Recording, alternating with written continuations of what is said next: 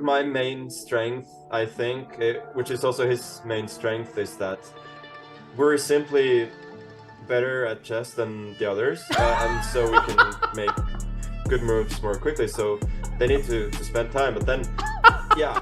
Wow, I mean, what a save.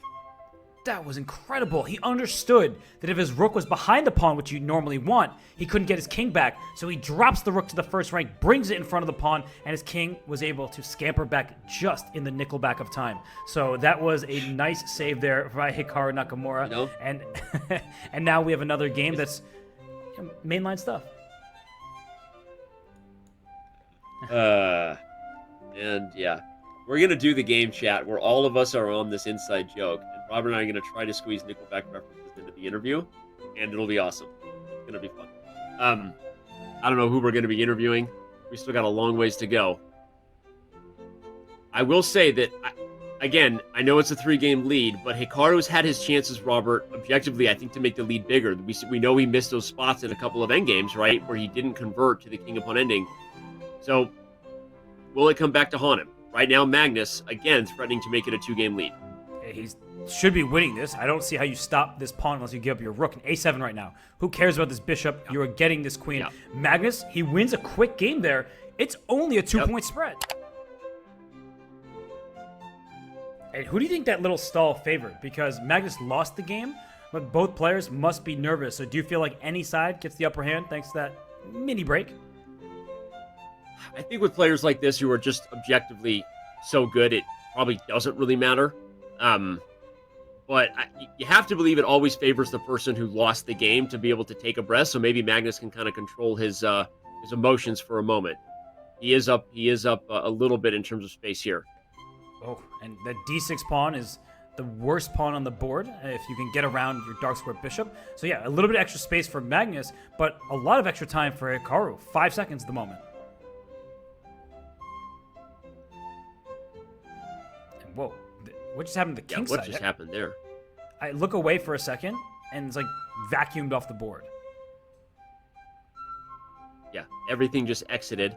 Hikaru probably okay with a draw, even though that doesn't win the match because he's black, gives him another chance to win with white. Remember, it's win by 2, unless we get to the 7th game. This is an incredibly played game thus far, Danny. I've been watching the eval bar. It hasn't moved. They put all the best moves to this point, and black gives up a piece, but gets a bunch of pawns. And it's going to be a draw by perpetual check. Maybe not, but no. This Hikaru should play for a win. Look at the clock. He should, and he knows it, and he does it. Hikaru going in. Wait, there was a blunder. Queen b6. Yeah, this pawn is promoting. He allowed the queen in. The pawn is promoting. You see it on Magnus' face. He knows. God. It's over. Oh my God. But he's playing faster, and Hikaru expected the pawn to push, so he pre-moved his rook up, and that's why Magnus was able to steal that rook and the game. So it's 2-2, and that means we are level once more, just like at the start. And look, again, they're playing a quiet line, almost as if they're playing each other in a classical match. Yeah, agreed. This is high-level opening chess, quiet lines, and there's 40 now, just under 40 minutes on the clock. So we got a lot of chess here. We've got 55,000 of you tuning in across all platforms. Don't go anywhere. The fun has just begun on this Friday. I don't know if we're going to get overtime chess, but we're going to get an epic clash no matter what. Well, Hikaru is going to get a pawn-up advantage because he just stole one of those double isolated pawns in the center. But White's pawn structure, not healthy, but who cares how healthy it is when you're up 2 of them? Yeah. A couple of doubled but passed e-pawns. Feels good. Hikaru rebounding here from that loss he just had. And by the way, again, look at the edge of the clock. This has been an interesting match so far, Robert. It feels like the decisive games, at least, I know we had a couple draws. The decisive games have been very one-sided. Right, like one player's not just winning on the board; they're dominating on the. The end game would be so nice for him. He gets that win, and I think Magnus was blinded both by the sunlight and by Hikaru's great moves. Yeah, Magnus needs to get a little help with the curtains, and get a little help on the board right now with Hikaru Nakamura taking a 2-game lead as we reach the 30-minute mark, and. He's on form. I guess he's answering the question that he isn't rusty, despite having watched Magnus for the last 2 hours. He's ready now to play Magnus. And did you make an unintentional Greg Shahade ICC reference by talking about curtains? If you want to throw back to ICC usernames, we can do some trivia, which is fun. Shout out to Hawkeye. We miss that guy. Yeah. Anyway, curtains. This looks pretty nice for black. There's a great light square bishop for one side, and a not so great light square bishop for the other. And the black king is also more active. Yeah, black king finds the nice e5 square, even though, yeah, he goes for the bishop ending. Not a position that white should be able to win, especially when you're the one down 6 seconds on the clock. But Hikaru continuing to do what he does. Bullet. A lot of time left, though. We got tons of time. Oh, he's trying to trick him. I was like, how could you give this access point? But there's bishop a2 check, and bishop on e6 would have been lost. Skewer. These guys are full of tricks. Silly rabbits. Tricks are for kids, although not in bullet chess. Tricks are for everyone in bullet. This bishop is on the best possible square. It's keeping the king out of both directions, but that was smart by Hikaru. He trades some pawns. The 50-move rule starts once again, and unless Magnus can take both these pawns, he is going to lose this game on the clock. Yeah. Hikaru flexing the time. What you got to do. Yeah, I wonder how good these guys are in bullet compared to my accuracy score in classical chess. If I had to guess, they're better at bullet than I am at classical chess. Just saying. Like, this is insane.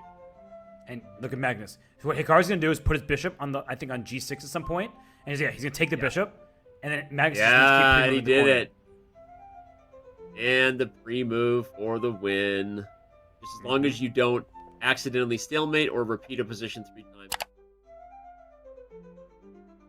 Magnus shakes his head, knows that Hikaru got the better of the meta bullet game there. And that's the 3rd time that Hikaru has done that. He beat Alireza Firouzja twice in that same exact endgame with bishop and wrong corner for the rook pawn.